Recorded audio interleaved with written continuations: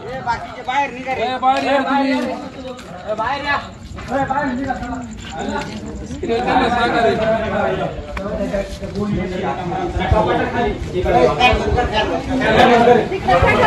साईडला वा ना थोडी साईडला बसा ती साईडवरती हे आहे बोली गाडी बाजूला गो स्किल पाहिजे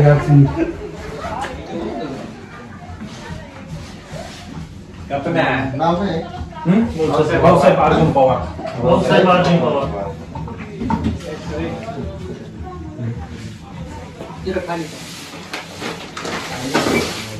स्थिर आहे का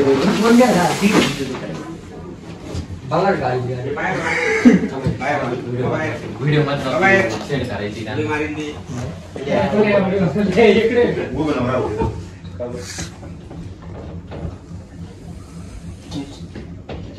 वाईड अँगल ना. वाईड तो काय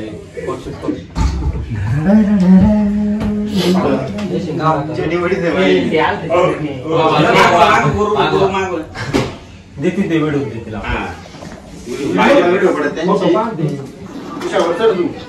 आवाज काय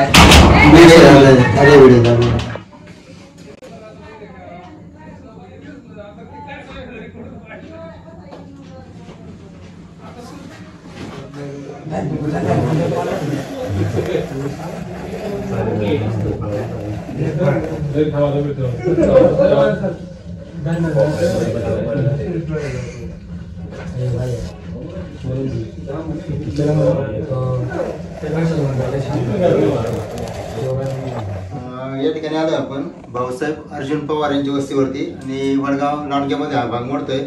थोड्या वेळापूर्वी त्यांनी कॉल केला होता की त्यांच्या राहत्या घरामध्ये साप आहे आणि इथं आल्यानंतर कळतंय आपल्याला की कपाटाच्या खाली साप आहे. नाग येतो इंडियन स्पेक्टर कोब्रा या नावाने त्याला संबोधलं जातं. तर कधी कधी ऊन जास्त पडल्यामुळे कधी शिकारीच्या नादामध्ये किंवा गारवा घेण्यासाठी अशा प्रकारचे साप कधी कधी घरामध्ये येऊ शकतात. परंतु रात्रीच्या वेळेस मात्र शेतीच्या परिसरामध्ये जर घर असेल आणि अशा पद्धतीचे विषारी साप जर असतील तर त्यावेळेस आपल्याला सावध राहावं लागतं. कारण होऊ नये पण एखादी दुर्घटना घडली तर इथून दवाखान्यामध्ये पोहोचणं किंवा योग्य ते उपचार घेणं यासाठी विलंब लागू शकतो.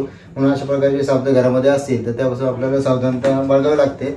इथे जो कपाटाखाली साप आहे तो मात्र विषारी वर्गामधला साप आहे आणि त्याला इंडियन स्पेक्टर कोब्रा या नावाने संबोधलं जातं. त्याला आपण सुरक्षित घेतो ताब्यामध्ये. परंतु ज्या पद्धतीने व्हिडिओमध्ये बघता असं व्हिडिओ बघून मात्र कोणी साप पकडण्याचा प्रयत्न करायचा नाही.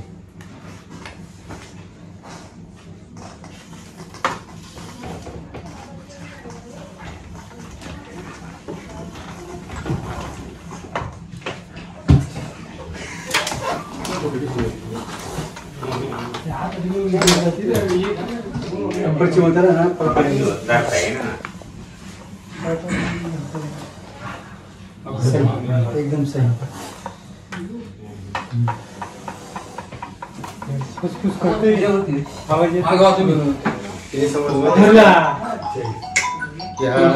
विषारीमधला साप आहे आणि त्याच्या एकंदरीत हालचालीवरून आपल्याला कळतंय की उष्णतेचा त्रास झाल्यामुळे कदाचित तो गारवा घेण्यासाठी घराच्या परिसरात होता. कदाचित ते शिकार पण त्याला दिसले असेल आणि म्हणून त्या घेऊन तो घरामध्ये आलेले आहे. त्याला आपण सुरक्षित घेतो ताब्यात आणि ताब्यामध्ये घेतल्यावरती पुन्हा निसर्गात सोडून देऊ. पण पुन्हा एकदा नमूद करतोय की नाग मात्र अतिशय चिडखोर असतात आणि त्यांच्या समोर जर हालचाल झाली तर अतिशय वेगाने ते आपल्यावरती आक्रमण करू शकतात आणि आपल्याला काही करण्याच्या आत सेकंदामध्ये ते आपल्याला इंटेन्शनल बाईट पण देऊ शकतात. आणि जरी साप विषारी असतील तरी सुद्धा निसर्गामध्ये यांचं महत्त्व खूप मोठं आहे आणि पर्यावरणाला एक महत्त्वाचा घटक असल्यामुळे आपण त्याला सुरक्षित ताब्यात घेऊन पुन्हा निसर्गात सोडून देऊ. पण पुन्हा एकदा नमूद करतोय की व्हिडिओ बघून मात्र कोणी साप पकडण्याचा प्रयत्न करायचा नाही. तुझं नाव काय? सही नाही पण आवाज काय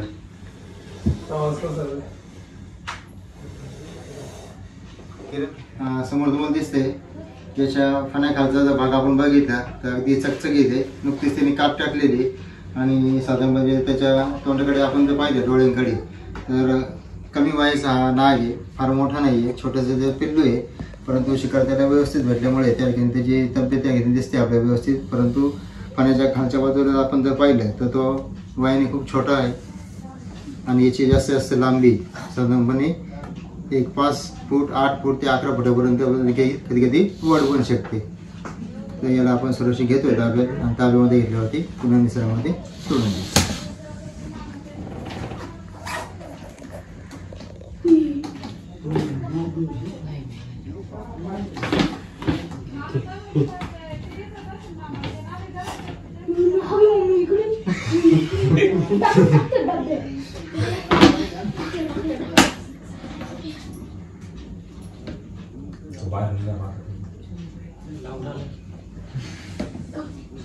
डाऊट आलाय माझं ते.